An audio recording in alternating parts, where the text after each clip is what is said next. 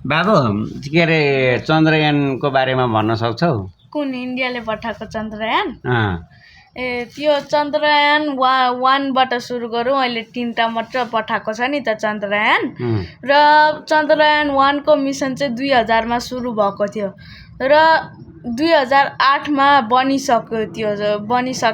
र 2008 मा त्यो पनि लन्च भयो। र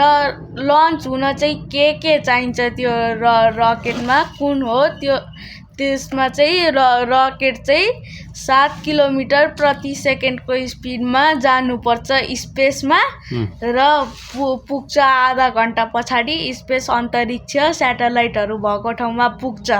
र धरतीको जुन गुरुत्वाकर्षण ग्राभिटी छ नि त्यो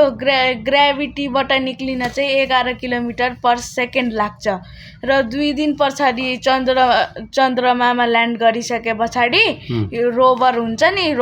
त्यो रोभर कार जस्तो त्यसले गएर रिसर्च गर्यो चन्द्रमामा र वाटर मोलिक्युल्स पायो र त्यहाँ धरतीमा सिग्नल पठायो हैन। धरतीमा सिग्नल पठाइसके पछाडि फेरि अर्को चन्द्रयान 2 को मिसनहरू किनभने वापस आउने त टेक्नोलोजी थिएन चन्द्रयान 2 बनाऊ भनेर प्लान भयो अनि चन्द्रयान 2 बनाऊ भनेर प्लान भइसके पछाडि चाहिँ बन्यो 2013 मा बनिसक्यो र बनिसके पछाडि त्यो पनि लन्च भयो त्यो वाटर मोलिक्युल्समा रिसर्च गर्नलाई